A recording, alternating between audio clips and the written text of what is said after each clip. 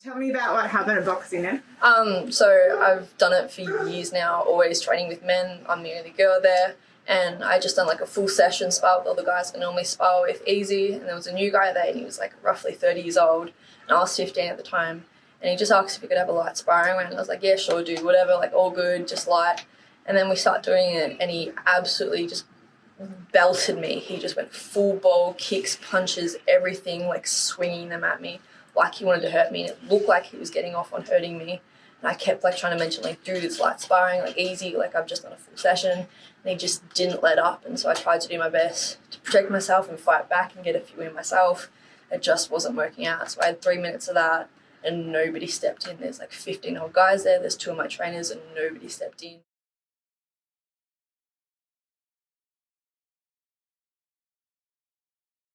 I had just started at a new club. I didn't know the other kids, so I just put my head down and got to work in the pool.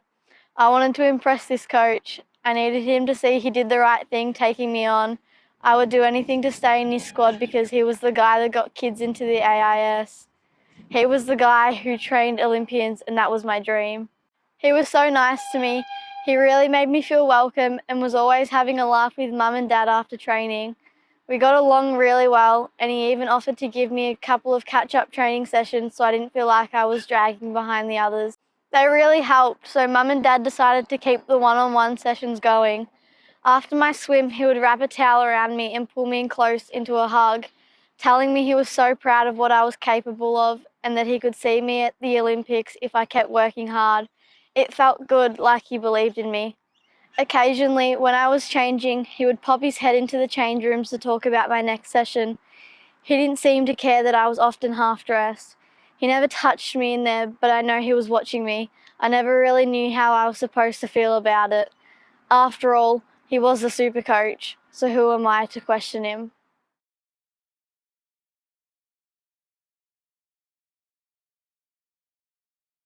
Sport plays such a significant role in the lives of children and young people. These young athletes need to feel safe, and education is fundamental in achieving this. Sports across Australia are required to comply with a range of legislation and best practice principles relating to the safety of young athletes.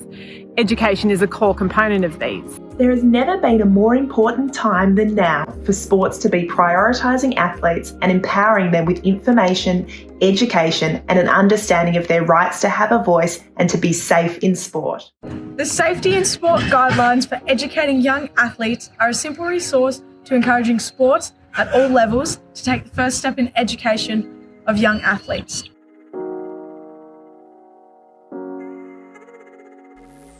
These guidelines have been co-designed with young athletes who are experts in the experience of young people in sport. The co-design team consists of a safeguarding specialist, a community sport development specialist, and 17 young athletes with lived experience in sport.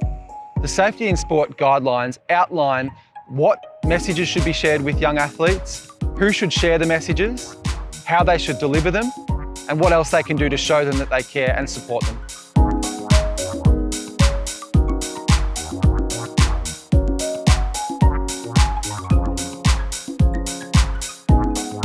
They have rights and that there are laws in place to keep them safe.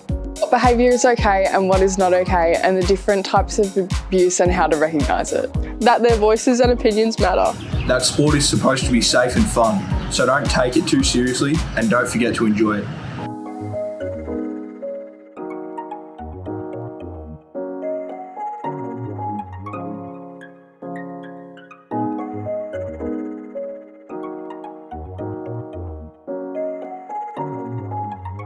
Someone they trust. Coaches and managers who they already have a relationship with. Parents or older siblings. They look up to, like senior players, past club champions or high-profile athletes from their sport. Safety or wellbeing officer. A combination of all these.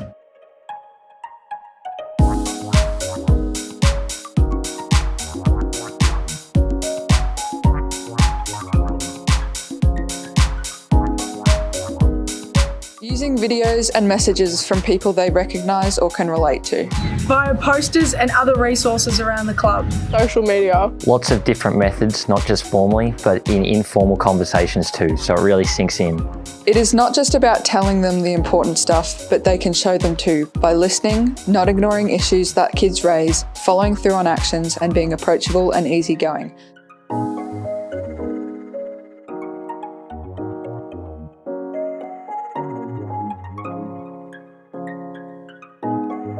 You can change it up so it suits different ages, abilities and languages. You want to make sure that they understand it. It could be quite triggering for some young people to talk about abuse if they've experienced it in sport or at home.